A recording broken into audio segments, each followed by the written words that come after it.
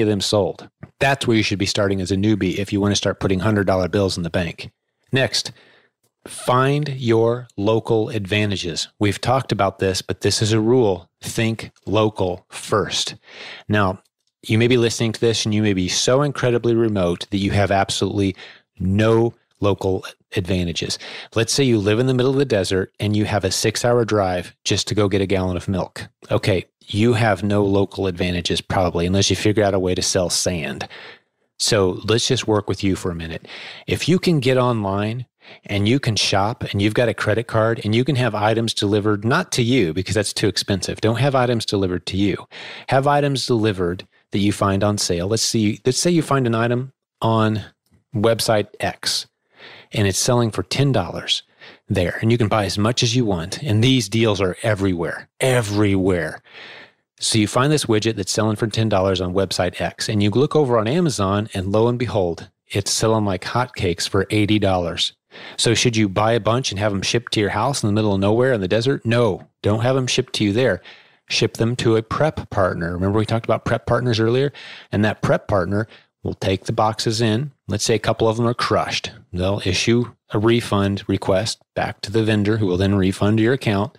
So you don't have to do anything. All you're doing right now is you're still sitting at home with your finger on the mouse because you placed an order and you're waiting to see what happens. Okay, keep sitting there and keep waiting because you don't have to do anything else. Your order has been delivered to your prep partner. That was the ship to address. So they receive the product. They check it out. It looks good. They list it for you on Amazon, meaning they put it up for sale on Amazon and they ship those boxes to Amazon. Amazon has warehouses all over the world. So Amazon might say, we want 20 here and 15 there and 40 over there. So your prep partner puts them in 3 different boxes, ships them out. On the shelf, they sit at Amazon in a warehouse. And then customers start coming on to Amazon and they buy your widgets. From all over the world, they're buying your widgets.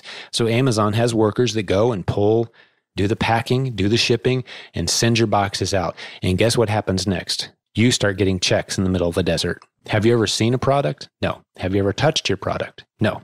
Did you have a garage full of product keeping your wife from parking in your garage? No. All of this can be done completely hands-free from day one. That's the beauty of FBA, Fulfillment by Amazon. And we have seen so many success stories come from that model. And it can grow into so many other interesting business models. But that's not the point of this podcast today. The point of this podcast today was, if I had to convince you of the best way to put your first $100 bill in the bank, I've just spilled the beans.